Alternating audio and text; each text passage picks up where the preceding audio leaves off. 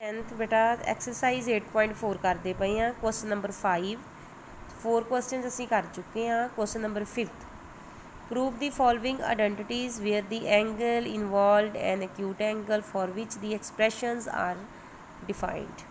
कहता ये वाली जेडे नीचे सम आ लैफ्ट हैंड साइड नू राइट हैंड साइड के इक्वल प्रूव करो तो आइडेंटिटीज लगा के आइडेंटिटीज किहड़ियां लगाउणियां जिहड़ियां असीं पिछे कर चुके हैं।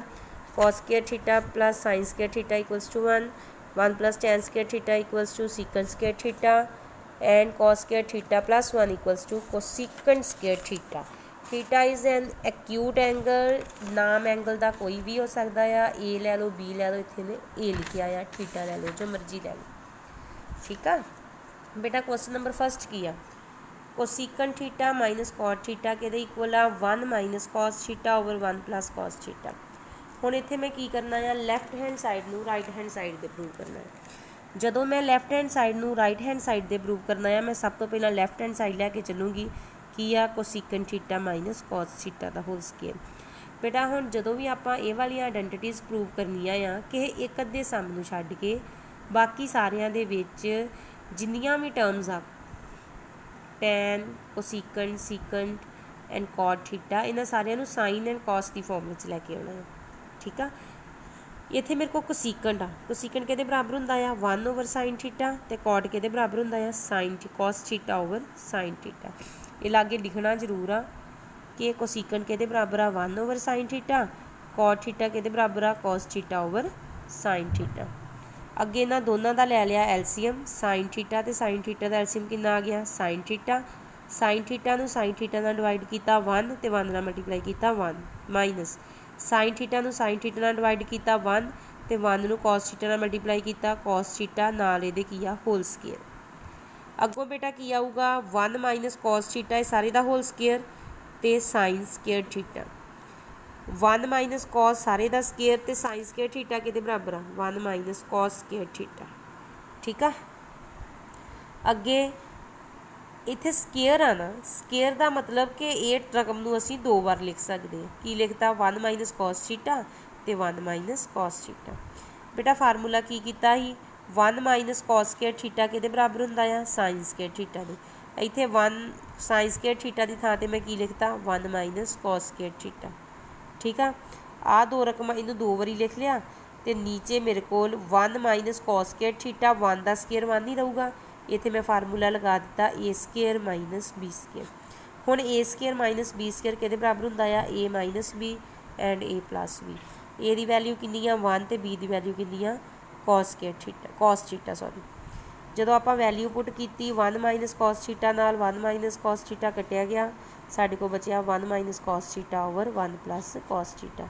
इहदा मतलब लैफ्ट हैंड साइड किहदे इक्वल आ गई right hand side. Second sum देखो cos theta over 1 plus sine cos A over 1 plus sine A plus 1 plus sine A over cos A. बेटा ये टर्म्स ऑलरेडी साइन कॉस की form के विच आ ते कोई भी फार्मूला नहीं लगता पिया इस करके असी विच प्लस का साइन नीचे वाली टर्म्स का असी की करांगे एलसीएम। जदों असी नीचे वाली टर्म्स का एलसीएम किया साडे को एलसीएम आया 1 प्लस साइन ए नाल की आ गया साडे कोल कॉस ए। हुण जदों 1 प्लस साइन ए ते कॉस ए नूं डिवाइड किया 1 प्लस साइन ए नाल मेरे को की बचिया कॉस ए ते कॉस ए नूं उपर मल्टीप्लाई किया की आ गया cos square A. 1 plus sine A cos A नूं कॉस ए नाल डिवाइड किया कटिया गया कॉस ना कॉस की बचिया 1 प्लस साइन साडे को आ गया 1 प्लस साइन ए सारे दा होल स्क्वायर। अगे वेखो cos square a plus b whole square formula किहदे बराबर हुंदा है a square plus b square plus 2ab ये होंदा ना फार्मूला अपने कोल। इत्थे ए दी वैल्यू कितनी आ 1 बी दी वैल्यू कितनी आ साइन ए की आऊगा a square plus b square plus 2ab 2 sine a 1 नाल मल्टीप्लाई किया 1 ही रह गया ओवर 1 प्लस साइन ए ना की आ गया जी कॉस ए। अगे वेखो cos square a plus sine square a plus 1 plus 2 sine A over 1 plus sine ए नाल की आ गया कॉस ए। मेरे को आ गया cos square a plus sine square ए किहदे बराबर आ गया 1 दे वैल्यू आ गई 1 plus 2 sine A over 1 plus sine ए नाल की आ गया cos A 1 plus 1 2 plus 2 sine A over 1 plus sine ए नाल आ गया साडे कोल कॉस ए। हुण वेखो दोवां च 2 कॉमन आ 2 बाहर कर लो की आया 1 plus sine A over 1 plus sine ए नाल की आ गया कॉस ए। साइन ए ना 1 प्लस साइन ए ना 1 प्लस साइन ए कटिया गया की बचिया 2 ओवर कॉस ए। हुण साडे कोल फार्मूला आ 1 ओवर कॉस थीटा किहदे बराबर हुंदा आ सीकेंट थीटा। मेरे कोल की आ गया जी 2 सीकेंट ए आ गया 2 सीकेंट ए ये आ गया राइट हैंड साइड के बराबर। देखो हाँ जी अगे बेटा क्वेश्चन नंबर आ गया साडे कोल थर्ड की कह रहा थर्ड क्वेश्चन आ टैन थीटा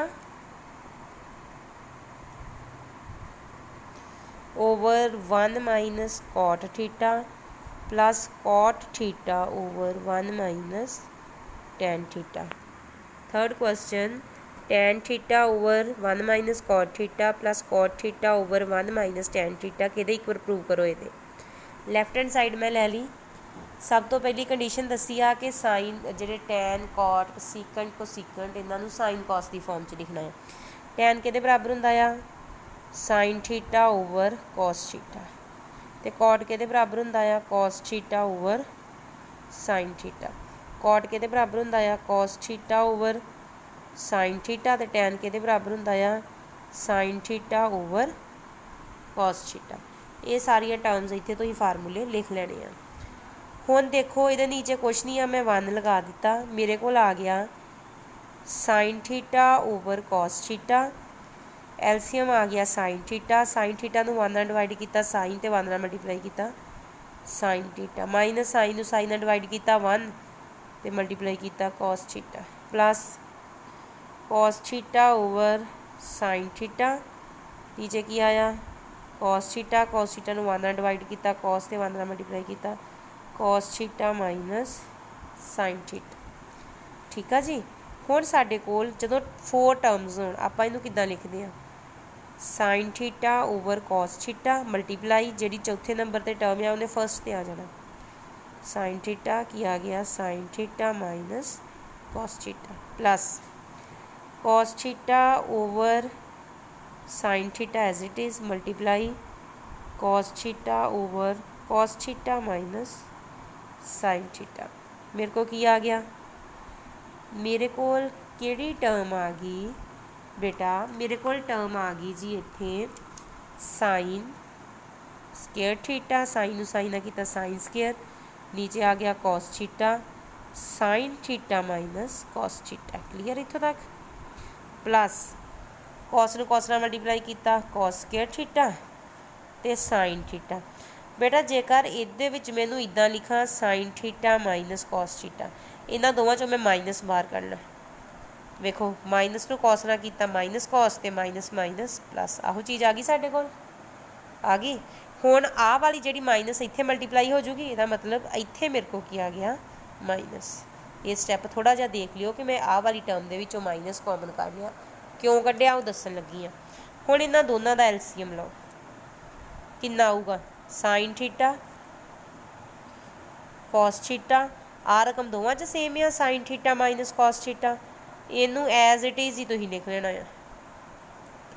हुण वेखो आ सारी रकम नूं इहदे नाल डिवाइड करो कॉस ना कॉस कट्टिया गया sine theta minus cos theta ना साइन थीटा माइनस कॉस कट्टिया गया की बचिया कॉस साइन नूं साइन स्केयर ना कीता की बचिया साइन क्यूब थीटा आ सारी नूं कट दिता कॉस नूं कॉस ना कीता कॉस क्यूब थीटा की आऊगा साडे कोल ए क्यूब माइनस बी क्यूब किहदे बराबर हुंदा आ बोलो बेटा नीचे एलसीएम उदा ही आ गया साडे कोल साइन थीटा कॉस थीटा कितना आ गया sine theta minus cos theta a cube minus b cube किहदे बराबर हुंदा आ ये साडे कोल हुंदा आ a minus b into a square plus b square minus sorry जे इत्थे माइनस है तो इत्थे प्लस आऊगा plus a b a square plus b square plus a b. ठीक है, इत्थे फार्मूला ला दो। ए कितना आ साइन, बी कितना आ cos, a minus b sine theta minus cos theta, a square plus b square minus plus a b की आया मेरे को sine theta minus cos theta आ गया, नाल की बचिया sine square theta plus cos square theta की आऊगा साढ़े कोल 1 की आएगा 1 प्लस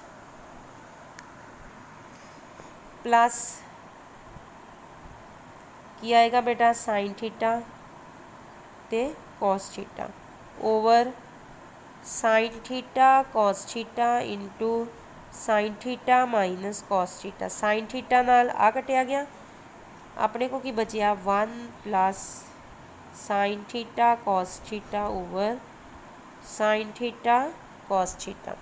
हुण वेखो जदों ऊपर 2 रकमां होण नीचे एक टर्म होवे, आपां दोनों टर्म्स नूं एक नाल डिवाइड करना है।